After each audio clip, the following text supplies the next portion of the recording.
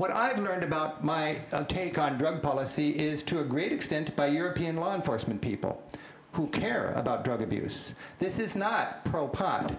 This is smart, pragmatic drug policy that takes the crime out of it and treats it as a health problem, interested in harm reduction. So in my work as a travel writer, you can come home and talk about, you know, all sorts of nice causes, but I talk about drug policy because nobody else can. It's just fun to do it. Nobody else can talk about it. Everybody's scared to death to talk about it. I've been talking about it for 8 years. I'll stand on the stage at HempFest and talk to 10,000 people about it. And that's fun. If you've never been to HempFest, you owe it to yourself to check it out, third week in August. It's scary, it's freaky. I mean, they're not my people, you know, but they're legitimate citizens. There's 100,000 people out there. And I want you to know that this is happening all over the United States. I also want you to know that I've talked about this in as high profile as I can get away with. Not here, this is just a celebration of a bunch of people who are into marijuana. But I'm talking about it everywhere I go to conservative communities, on TV, on radio, when people hire me to talk. People are thankful for the candid, thoughtful approach to a persistent problem that in so many ways is messing us up. Every legislator in our congressional delegation and mayors and, you know, governors, they know what I think about it. They don't necessarily agree with me, but they respect it. It is okay to talk about it. I have found in my own business that it is not a negative. Of course, a few people are going to say, we're never going to use your books again, and we're never going to take your tours again. And all I can think is, well, Europe will be more fun without you. But I think it is good citizenship to address a law that's causing more problems than the problem it's trying to address. Imagine the courage it took for people to stand up and talk about the insanity of our prohibition against alcohol back in the 1930s. That was a scary thing. When they finally repealed the laws against alcohol, nobody was saying booze is good. Nobody was saying that. They were saying the law is causing more problems than the drug itself. So I don't have any easy answers, but I would just hope that you will not be behind your populace. Because it's clear to me the population is way ahead of the politicians, and the politicians are way ahead of the corporations. And as some people in this room have learned, you can talk honestly about that, and it no longer is political suicide. But it still seems scary. Every time I'm on a radio or a TV interview, you know, the people are scared to death of their job security to ever have a hint of empathy with me on this issue. As soon as the mic's off, thank you for speaking out. Nobody else can.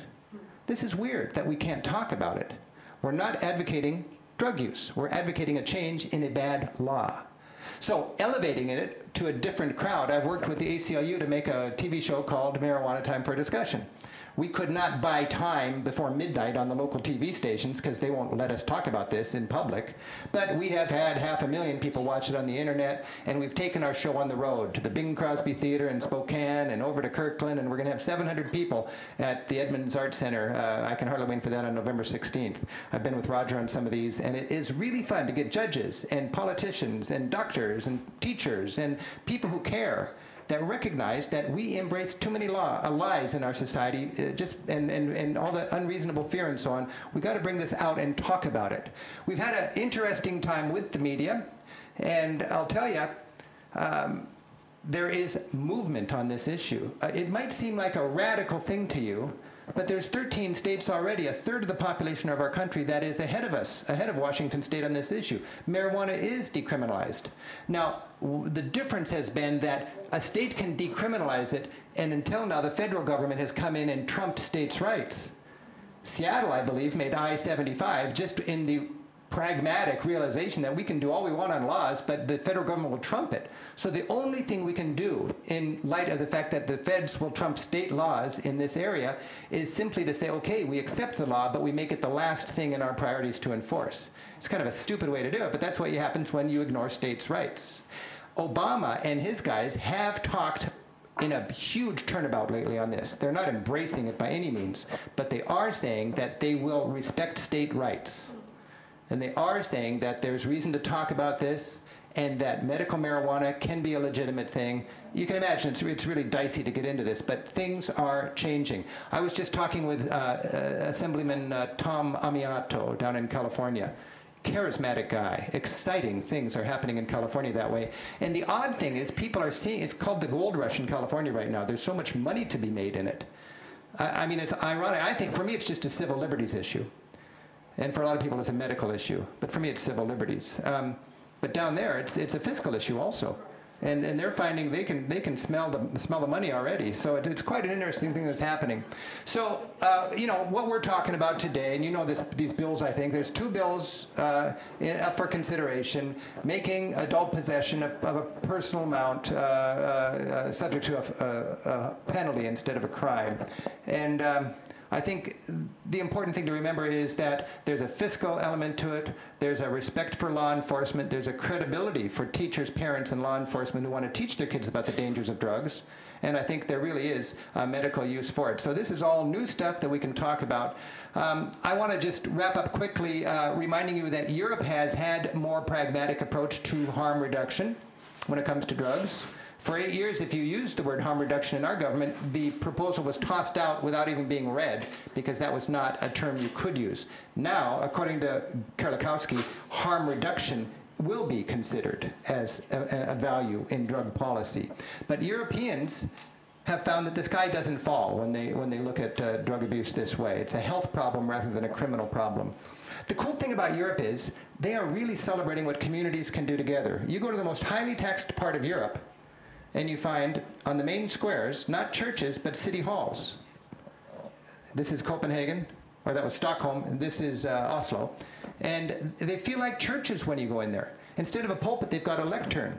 And in what would be the nave, it's a big assembly room, instead of mosaics trumpeting Bible stories, they've got mosaics celebrating heroic citizens who have contributed mightily to their community.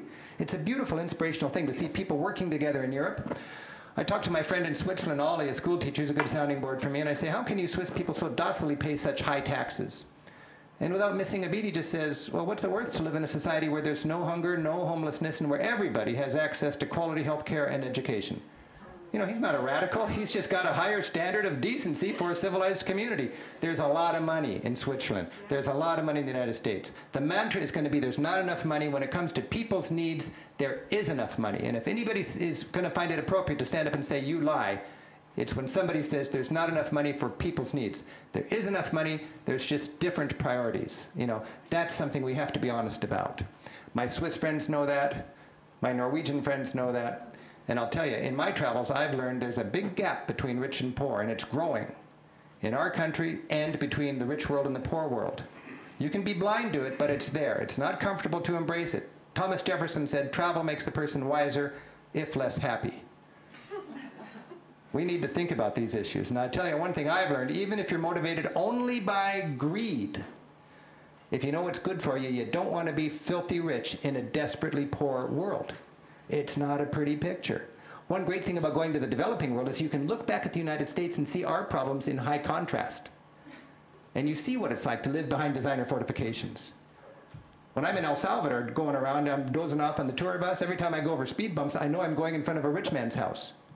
I open my eyes and look, sure enough, there's a mansion. And when you build a mansion in Central America, you put speed bumps in front of it to make angry people who are throwing explosives into your yard have to slow down so your guards can get the license plate and you can go get them. That can come to us if we don't inject a little compassion into our capitalism. We need to learn from that because it'll haunt us. I was just driving from Dallas out to Plano to go to the Penny's headquarters a few months ago. Drove by 10 miles of fortified front yards, chicken wire over the front, to keep those rich kids away from the poor kids out on the streets. That's not how I want to raise my kids. We don't need that. We can do better. But we have to be smart in our legislation. In El Salvador, every middle-class neighborhood has an armed guard in the corner. That's globalization down there. And I'll tell you, those little girls are just as precious as our little kids. Just as precious. I noticed my little girl's got $5,000 for straight teeth and money left over for a whitener. And I noticed that every kid in her class apparently was able to scrape together that much money for braces. All the kids have braces. These little girls don't have moms because those moms have to walk 5 hours a day to get water. And for the cost of 2 sets of braces, we could drill a well in that community so the moms could stay home and love their kids like we would expect to be able to love our kids. That's not a guilt trip, that's an opportunity. That's an exciting opportunity to wage what they're calling in Capitol Hill in Washington, D.C. now, soft power, to help fix the brand, the tarnished brand of America. We could do that. That's pretty radical, but we got to raise some enlightenment and educate our citizenry. Our country is confronted with some pretty serious challenges. We've got the real specter of violent, fanatic Islam. We've got opportunity to humanize Muslim people. And we've got the persistent gap between rich and poor, and we've got global climate change. Boy, how we deal with those problems is shaped by our worldview, and our worldview is shaped by a whole grab bag of interesting influences, isn't it? And I'm thankful that travel has been a major shaper of my worldview, and that's something I'm excited as a travel writer to be able to bring home and share with my neighbors. And it's a thrill to be able to share that with you. Thank you very much.